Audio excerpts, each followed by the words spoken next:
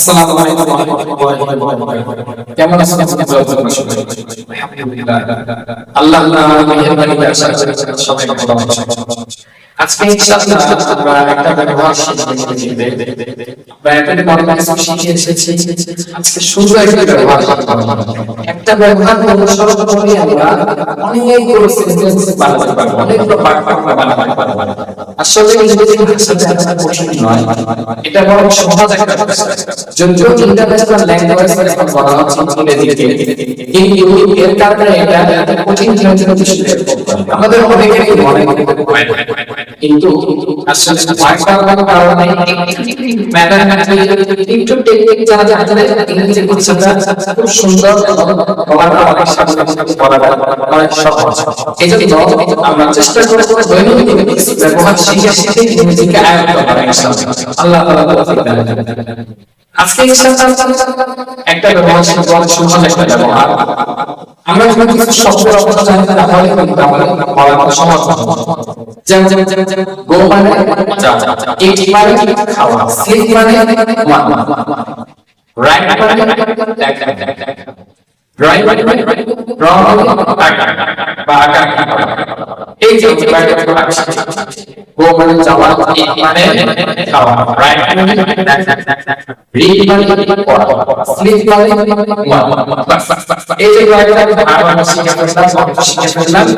এখন যদি আপনাদের বলা হয় আমাকে যেতে তা আমার আমি এটা হ্যাভ গো যেতে হবে, যাও আমি আই এতটুকু হচ্ছে মনে রাখতে হবে। যেতে হবে, আমাকে খেতে হবে, আমাকে পড়তে হবে, আমাকে লিখতে হবে, তো আর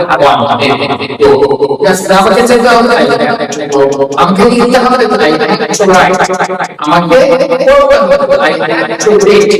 আমাকে আকাঙ্ক্ষা করতে হবে, ঠিক আছে?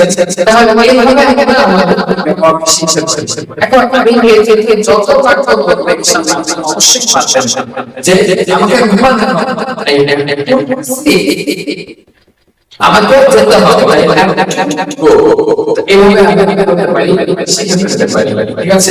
আমাকে গাইতে হবে, আই হ্যাভ টু এভাবে আমরা এই ব্যাপারটাকে রাখতে পারি। আমাকে করতে হবে, বলতে হবে, খেতে হবে, এই যে আমি যত বাক্য বলবো সবগুলো আপনারা এমনিই ঠিক আছে? এটা করে এখন আমাকে তুমি আসে তোমাকে যেতে হবে, you লাগাই দিও, you have to write, you have to sleep, you have to তোমাকে খেতে হবে, you have to eat, তোমাকে খেতে হবে। তো আই তুমি লাগাই দিই, তোমাকে বলতে হবে। এখন যদি আমরা দে লাগে তাদের খেতে হবে, তো দে have to তাদের খেতে হবে, দে have to তাদের দিতে হবে, দে have to write, তাদের ঘুমাতে হবে, দে have to sleep। এইভাবে অনুশীলন করতে হবে, ঠিক আছে? যত অনুশীলন করবেন এই ব্যবহার তত বেশি আয়ত্ত করতে হবে। সহজ একটা ব্যাপার হিসেবে আমরা একটাই ব্যবহার শিখছি। এখন যখন বলা হয় কামাল যেতে হবে, কামাল এটা হলো থার্ড পারসন সিঙ্গুলার, ঠিক আছে? থার্ড পারসন সিঙ্গুলার হবে কি হয়ে যাবে, হ্যাজ হয়ে যাবে। তাহলে বলতে হবে কামাল হ্যাজ গো, কামালকে যেতে হবে, কামালকে খেতে হবে, কামাল হ্যাজ গো, কামালকে লিখতে হবে, কামাল হ্যাজ রাইট, কামালকে ঘুমাতে হবে, কামাল হ্যাজ স্লিপ। এখন বলা হয় তাকে ই অথবা সি, পুরুষ হলে কি আর মহিলা হলে সি, তাহলে মানে সে গায়ে ফার্স্ট হচ্ছে আমি উপস্থিত, সেকেন্ড পারসন তুমি উপস্থিত, আর এরপরে যেগুলো আছে যারা উপস্থিত মানে উপস্থিত কামা অথবা সেই এই এইগুলো হলো এইগুলো থেকে সবসময় কি হবে, হ্যাজ।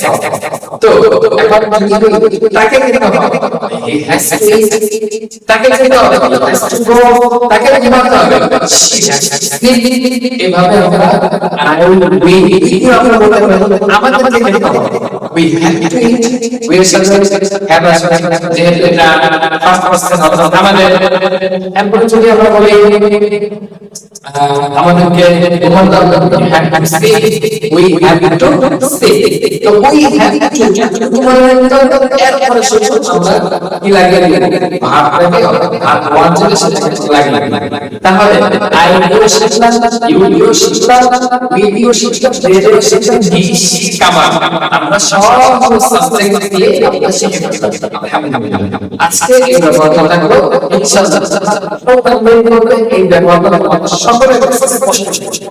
তো এখন তোমরা এই জাতীয় যত পারবো এইভাবে কথা বলতে তোমাকে বাজারে যেতে হবে, তো আই হ্যাভ অ্যাকচুয়ালি আমাকে বাজারে যেতে হবে, আমাকে লিখতে হবে, প্যারাগ্রাফ লিখতে হবে, আই হ্যাভ টু রাইট, ঠিক আছে? আমাকে ঘুমাতে যেতে হবে, তুমি লিখবে আই হ্যাভ টু গো, ঠিক আছে? আমাকে কোথায় যেতে হবে, পিছনে যেতে হবে। আমাকে ভাত খেতে হবে, তো তুমি তখন বলে কি ভালো আই হ্যাভ এই বাক্যগুলো তারপরে যেখানে যেখানে এই জাতীয় বাক্যগুলো বলা প্রয়োজন হয় সেখানে বাক্যগুলোকে ইংরেজিতে ব্যবহার করতে হবে। তাহলে ইংরেজিটা বলা হবে,